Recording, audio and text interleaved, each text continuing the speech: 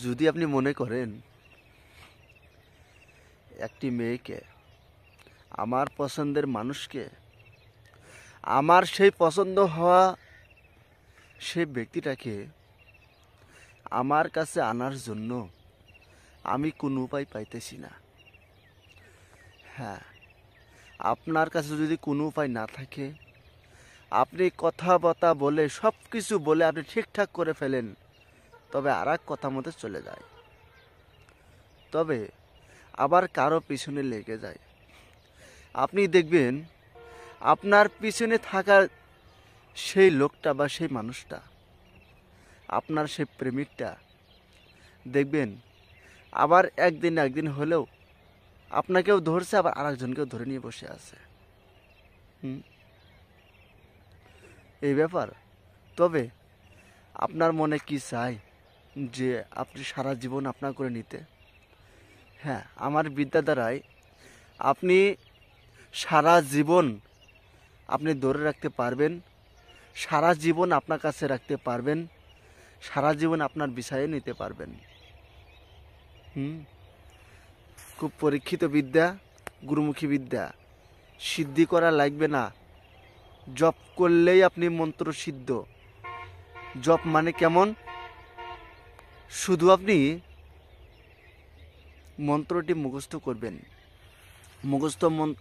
মন্ত্রটি মুখস্থ করার সময় যে টাইমটা লাগে, যতবার লাগে, সেটাই হলো জপ। এই জপটা যে করবেন, আর মন্ত্র মুখস্থ করার সময় যে আপনার যে জিনিসটা লাগবে, সেটা হলো লাগবে গোলাপ ফুল।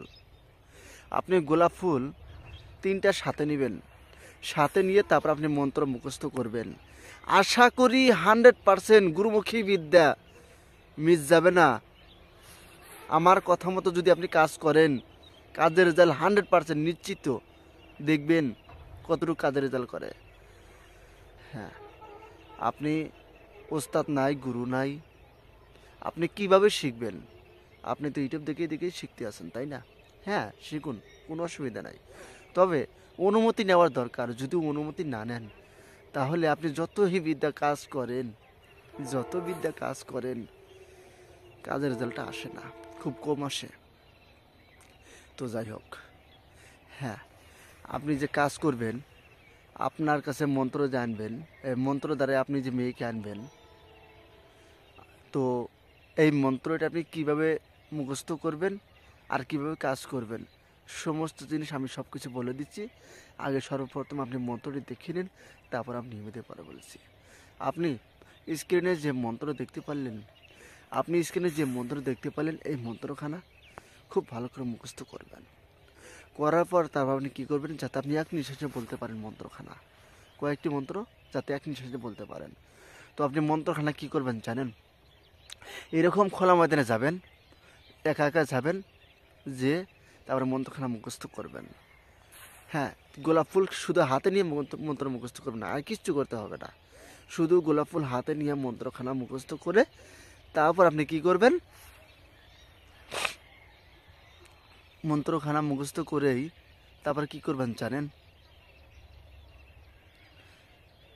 দিনের বেলা বা রাতের বেলা, যে বেলাই হোক, মন্ত্রটি কিন্তু শনিবার সারাদিন করা যাবে, মঙ্গলবার সারাদিন করা যাবে। আপনি যে কোনো টাইমে আপনি মন্ত্রখানা লিখতে পারেন। আপনি ভজপত্রের উপরে জাফরান কালি দিয়া ভজপত্রের উপরে মন্ত্রখানা লিখবেন, কলম দিয়ে লিখবেন, নয়তো লাল কালি, জেল পেন আছে, জেল পেন দিয়ে লিখবেন।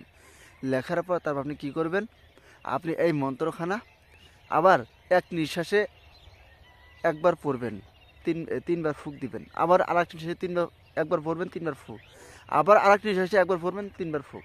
তো হয়ে গেল। ওই কাগজের উপরে ফুঁক দিয়ে তারপরে আপনার কিছু লেখা তো আগেই শেষ, তারপর ফুঁক দিলেন, ফুঁক দিয়ে তারপরে আপনার ওই মাদুলিটা ওই তাবিজের ভিতরে ঢুকিয়ে দেবেন, বুড়াই দিয়ে তারপরে কি করবেন, আপনি ওই মেয়ের চলাফেরার রাস্তায় আপনি গিরে দিয়ে আসবেন, দিনে হোক রাতে হোক, যে কোনো টাইম, কিন্তু যেদিন করবেন আপনি সেদিন গিরে দিয়ে আসবেন। আশা করি দেখেন কাজের রেজাল্ট পাওয়ার কতটুকু মন্ত্র রেজাল্ট আপনি দেখবেন কাজ করার পরেই। আমি আর কিছু বললাম না। আশা করি সকলে ভালো থাকবেন, সুস্থ থাকবেন। ধন্যবাদ। যদি ডায়েরি না নিয়ে থাকেন অবশ্যই নেবেন, চ্যানেলে না নিলে অবশ্যই নিয়ে আপনি কাজগুলো নিজের কাজ নিজে সমাধান করে নেবেন। তো ভালো থাকবেন, সুস্থ থাকবেন, ধন্যবাদ।